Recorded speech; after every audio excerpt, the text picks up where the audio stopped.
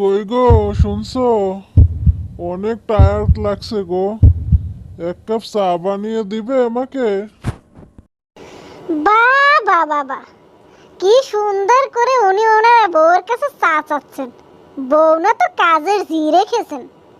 বাহিরে তো রঙ্গভঙ্গ করে আসছেন ম্যাডামদের সাথে, সুন্দরীদের সাথে, আর ঘরে এসে এখন কাজের জি পেয়েছেন, চা চাচ্ছেন।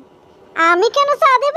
সারাদিন যাদের সাথে রঙ্গভঙ্গ করে এসেছেন তাদের কাছে চা চান গিয়ে। আমি কেন আপনাকে চা দেব? আমি কি এখানে স্যার দোকান খুলে রেখেছি নাকি কারোর জন্য? আমার বাসায় এসব মানুষের জায়গা নেই। বউকে সময় দিতে পারে না, সে বাইরে রঙ্গ। আহা, রাগ করছো কেন গো? আমি তো শুধু এক কাপ চাই চেয়েছি তোমার কাছে। তো এত কথা কেন শোনালে? আমি আবার কি দোষ করলাম রে বাবা? কিছুই তো বুঝতে পারছি না। আহা গো, এখন আর কিছু জানো না তুমি।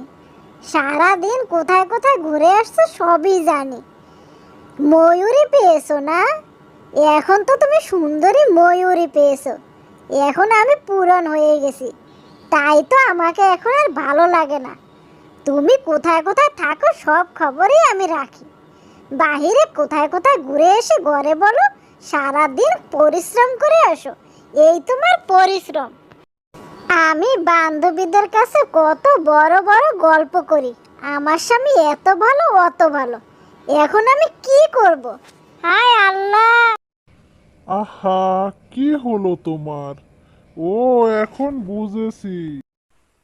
তুমি সোফিয়া আর ময়ূরীর কথা বলতেছো। আরে পাগলি, ওরা আমার ক্লাস ফ্রেন্ড, আমার কলেজের সাথী ছিল ওরা। ওদের সাথে আমার ছোটবেলার থেকে বন্ধুত্ব। তুমি এটা নিয়ে আবার শুধু শুধু সন্দেহ করছো। আমি ওদের সাথে কাজের ব্যাপারেই দেখা করতে গিয়েছিলাম। দেশের অবস্থা কি দেখছো না তুমি? থাক থাক, হয়েছে হয়েছে।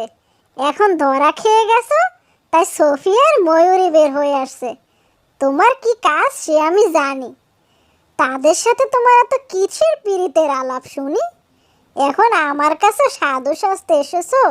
আর সাধু সাজতে হবে না, তোমার স্বভাবের কথা আমি জানি। হায় আল্লাহ, আমার বান্ধবীদের সাথে আমি এত বড় বড় কথা কই। আহা, আমার লক্ষ্মী সোনা বউ, তুমি আমার ভালো বউ। প্লিজ রাগ করো না। আমি তোমাকে অনেক ভালোবাসি জান। তুমি শুধু শুধু আমাকে সন্দেহ করছো। আমি তোমাকে কত ভালোবাসি সে কি তুমি বুঝো না? জান আমার। আর কান্না করো না জান আমার। প্লিজ, তুমি কান্না করলে আমার খুব কষ্ট হয়। তুমি দেখছো দেশের অবস্থা বেশি ভালো না। আমি সেই বিষয়ে ওদের সাথে কথা বলতে গেছি। আই লাভ ইউ জান। কাঁদে না প্লিজ। আমি তোমাকে অনেক ভালোবাসি। ঠিক আছে ঠিক আছে, আর ন্যাকামো করতে হবে না। এত করে বলছো যখন, এবারের জন্য ক্ষমা করে দিলাম। এরপরে এরকমটা হলে আমি সোজা বাপের বাড়ি চলে যাব বলে দিলাম। তুমি মনে রেখো, আমি ছাড়া তোমার পাশে কেউ দাঁড়ানোর নাই। বিপদে শুধু বউ সঙ্গী হয়ে দাঁড়ায় কিন্তু। বসো, আমি চা বানিয়ে নিয়ে আসছি তোমার জন্য। ও ভাই, কি হলো এটা? আপনি কি বিয়ে করেছেন? যদি করে থাকেন তো আমার মতো মরেছেন।